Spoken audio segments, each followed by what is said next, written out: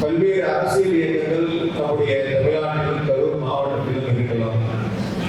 ஆனால் மக்களுக்கு உதவுகின்ற ஒரே இயக்கம் திராவிட முன்னேற்ற கழகம். நம்முடைய தலைவர் மாற்று முதலமைச்சர் கழகத்துடைய தலைவர் மாற்று தளபதி என்பதை நாம் ஒரு நாள் நினைத்து பார்க்க வேண்டும்.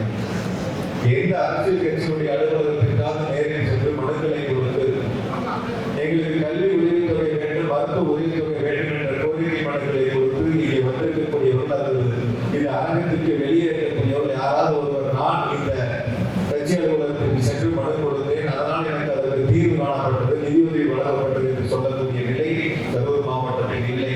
ஆனால் திராவிட முன்னேற்ற கழகத்துடைய அலுவலகத்திலும் சட்டமன்ற உறுப்பினர் அலுவலகத்திலும் கொடுக்கப்பட்ட மனுக்களுக்கு 100% தீர்வு காணக்கூடிய இயக்கம் திராவிட முன்னேற்ற கழகம் என்பதை நாம் ஒரு நினைத்து பார்க்க வேண்டும்.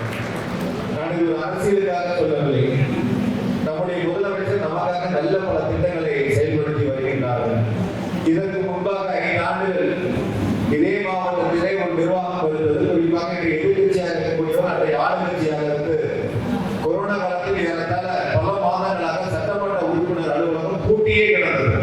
ஆனால் திராவிட முன்னேற்ற கழகத்துடைய மாவட்ட கழக அலுவலகம் 24 மணி நேரம் செயல்பட்டு ஏழை மக்களுக்கான அரிசி உள்ளிட்ட பல்வேறு பொருட்களை நேரடியாக இல்லந்தோடு கொண்டு சென்று சேர்த்து 24 மணி நேரம் திறந்து பணியாற்றிய அலுவலகம் திராவிட முன்னேற்ற கழகத்துடைய அலுவலகம்.